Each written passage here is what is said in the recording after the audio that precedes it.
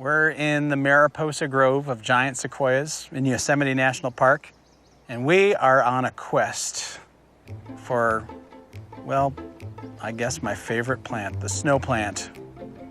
It's the only totally red, scarlet red plant that we're gonna find. It looks like a neon red psychedelic asparagus.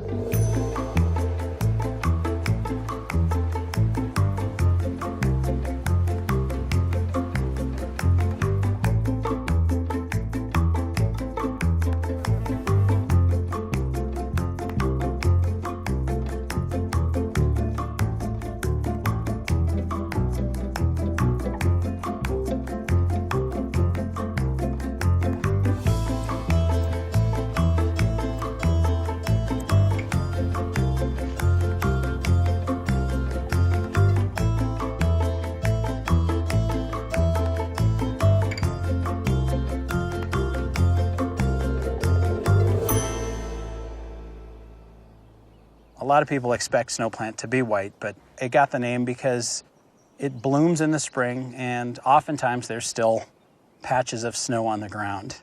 Sometimes it's emerging near or erupting right through. So the snow plant is part of the springtime Yosemite experience. Certainly it was something that startled me when I first came to Yosemite decades ago. That's one of the aha moments for visitors. The thing that causes the brake lights to come on in these spots is, what did I just see? What was that bright red thing alongside the road? I saw them many years ago in Yosemite and hadn't seen them since, and I've been kind of looking for them as we drive along in the woods. And boom, there was like a whole grove of them, and they're just like popping up out of the pine needles and everything. And I thought, well, maybe they're a mushroom. It's just like it's so out of place. Maybe it's the beginning of a tree. No. Is that how the tree begins? That looks like a tree from Mars. Cactus, maybe? I don't know, or one of those yucca. Champignon, mushroom. Yes, maybe a mushroom. You know, some botanists call them fungus flowers because they do look like fungus. And of course, what people are getting at is the fact that this does not look like your typical plant. Obviously, there is a color missing from these plants, and that is the powerful green. And the obvious question is, well, if it's not photosynthesizing, how is it getting its food? And the short answer is they're stealing it. People might be a little shocked to know that these are the cheaters of the plant world. They're parasites on the fungi in the soil. The two prominent groups that have acquired the parasitic lifestyle are the heather family and the orchid family. So within a few hundred yards of here, we have both snow plant, we have pine drops, they're both heather family parasites. And nearby, there's also coral root, a parasitic orchid. There's also phantom orchid, brilliantly white orchid plant. All four of those species are connected to the fungi in the soil, and through the fungi are receiving the sugars that they need from the surrounding forest trees. From my perspective, this is brilliant. This is another way to make a living, if you will. So in that respect, kudos to the snow plant here. You found another way to exploit the system. The snow plants and their ilk, it's fun to think of them as this cheater of the system. They're taking and not giving back. But it's also an evolutionary strategy where they managed to survive in a shadowy forest community where not a whole lot else can survive.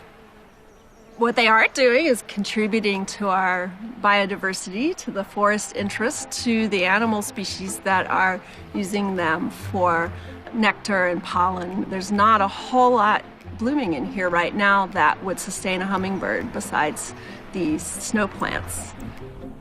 One of the greatest natural history moments in life. Hummingbirds are dancing around these flowers, and that is one dance you do not want to miss.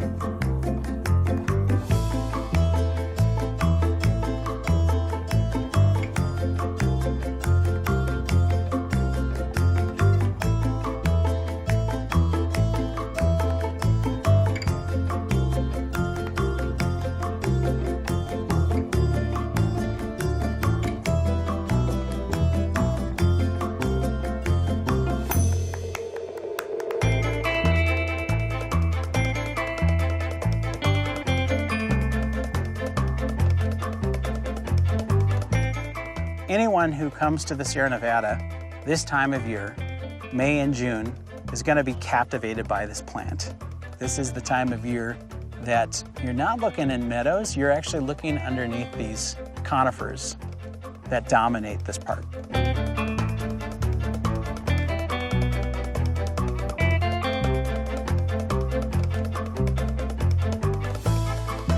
A lot of our roads wind through conifer forests, and there's not a whole lot going on in some of the darker spots except for these brilliantly colored snow plants.